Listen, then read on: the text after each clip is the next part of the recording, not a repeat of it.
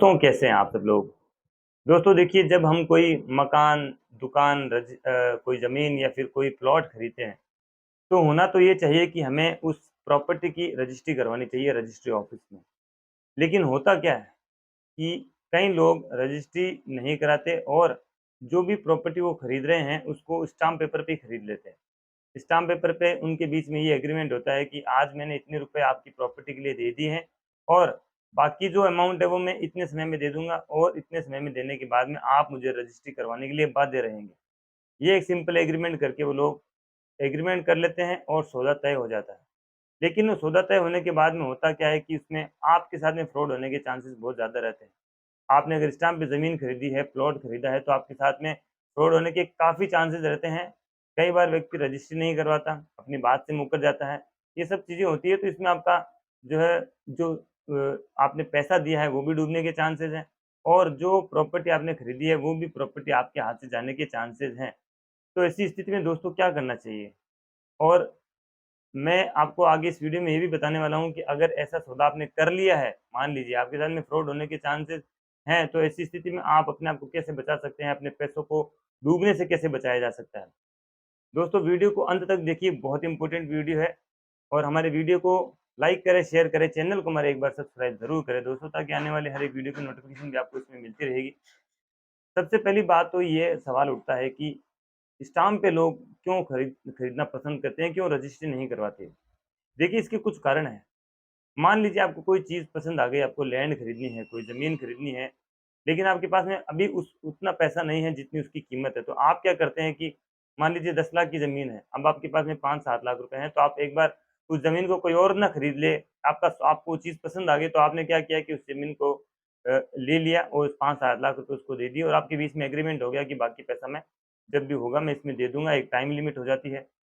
उसके बाद में कई बार ऐसा होता है कि रजिस्ट्री के पैसे बचाने के लिए भी लोग रजिस्ट्री नहीं करवाते। रजिस्ट्री में जो पैसा स्टाम्प ड्यूटी वगैरह जो देनी पड़ती है रजिस्ट्री ऑफ़िस में, उस पैसे को बचाने के लिए लोग स्टाम्प पे ही एग्रीमेंट करके और ज़मीन की खरीदारी कर लेते हैं। कई बार तो ये भी होता है कि दोनों पार्टियों के पास में समय की कमी होती है कि यार रजिस्ट्री ऑफ़िस में कौन जाएगा, 2-3 दिन वहाँ लगेंगे, तो एक काम करते हैं, एक बार स्टाम्प पे ही खरीदारी कर लेते हैं, उसके बाद जब भी टाइम होगा तो हम लोग रजिस्ट्री करवा लेंगे। तो इस तरह की परिस्थितियाँ जब आती है तो लोग रजिस्ट्री करवाने के बजाय स्टाम्प पेपर पे ही लिखा-पढ़ी करके और ज़मीन का सौदा तय करने की कोशिश करते हैं। अब अगर मान लीजिए आपने ये सौदा ऐसा कर लिया है, आपने स्टाम्प पे खरीदारी कर ली है प्रॉपर्टी की, तो ऐसी स्थिति में आपको नुकसान क्या-क्या हो सकता है? देखिए, सबसे पहला नुकसान तो ये हो सकता है कि वो व्यक्ति जिससे आपने खरीदा है, वो व्यक्ति रजिस्ट्री कराने से मुकर सकता है। तो उसके मन में चाहे जैसा भी बात हो, उसकी कोई दुर्भावना मन में आ गई हो, कोई उसके मन में नीयत उसकी गलत हो गई हो, तो ऐसी स्थिति में वो मना कर सकता है। या फिर वो उस जो प्रॉपर्टी है उसको किसी और व्यक्ति को भी बेच सकता है। स्टाम्प पेपर पे जैसे उसने आपको बेचा, वो किसी और व्यक्ति को भी सेल कर सकता है। और तीसरी कंडीशन ये है दोस्तों कि कई बार मार्केट वैल्यू बढ़ जाती है। मान लीजिए आपने 10 लाख रुपए में सौदा तय किया, उस वक़्त आपने 5 लाख रुपए दे दिए, 2 साल का आपने कॉल डाल दिया उसमें।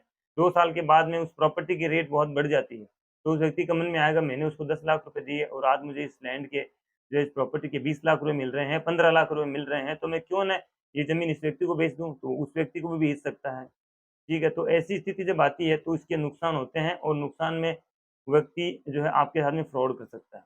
तो दोस्तों, इस फ्रॉड से बचने के लिए आपको क्या करना है, ये चीज़ अब आप समझिए। अगर बाय चांस मान लीजिए आपके साथ में ऐसी चीज़ हो जाती है, आपको अंदेशा है कि ऐसी चीज़ हो सकती है, तो उससे बचने का रास्ता सबसे पहला यही है। ये रास्ता आपको शुरुआती जो है परिस्थिति में उठाना पड़ेगा। ये फर्स्ट स्टेप है जहाँ पे आपके साथ में आगे फ्रॉड होने के चांसेस रहते ही नहीं है। तो देखिए दोस्तों, इसमें सबसे पहली चीज़ ये है कि आपको जो भी प्रॉपर्टी आप खरीद रहे हैं, उसका सबसे पहले आप अ, रजिस्ट्री ऑफ़िस में उसका पंजीयन ज़रूर करवाएँ। आप प्रॉपर वे से अगर खरीदेंगे, तो आपको आगे कोई प्रॉब्लम नहीं आएगी। रजिस्ट्री एक जो सरकारी दस्तावेज़ है, एक लीगल डॉक्यूमेंट है। रजिस्ट्री आप जैसे ही करवाएँगे, तो रजिस्ट्री में ज़मीन आपके नाम हो जाएगी। उसके बाद आप जो है पट्टा अपने नाम से बनवा सकते हैं और नामांतरण अपने नाम से करवा सकते हैं।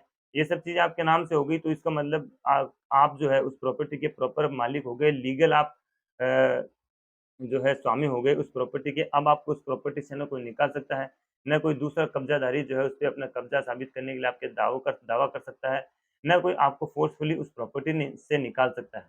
तो रजिस्ट्री अगर आप करवाएँगे तो ये समझ लीजिए कि आपने पूरे चांसेस खत्म कर दिए आपके साथ में फ्रॉड होने के। फिर भी आपको हमेशा चैनल डॉक्यूमेंट चेक करते रहना चाहिए इसी स्थिति में।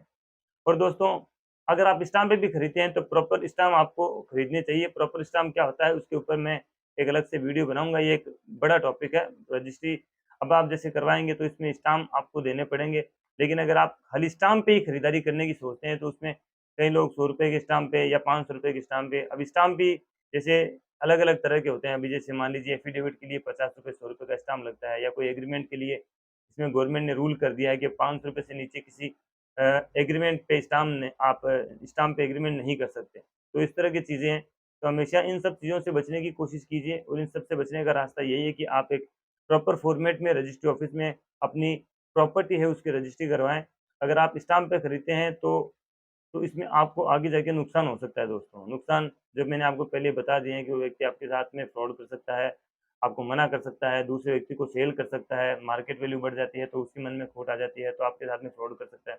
तो इन सब चीज़ों से बचने का रास्ता है कि आप अपनी प्रॉपर्टी की प्रॉपर तरीके से रजिस्ट्री करवाएँ। दोस्तों, वीडियो में दी गई जानकारी पसंद आ गई होगी। वीडियो अच्छा लगे तो उसको लाइक करें, शेयर करें दोस्तों, बने रहिए हमारे साथ में। मिलते हैं आगे ऐसे ही किसी इन्फॉर्मेटिव वीडियोज़ में, तब तक ख्याल रखिए, सुरक्षित रहिए। जय हिंद।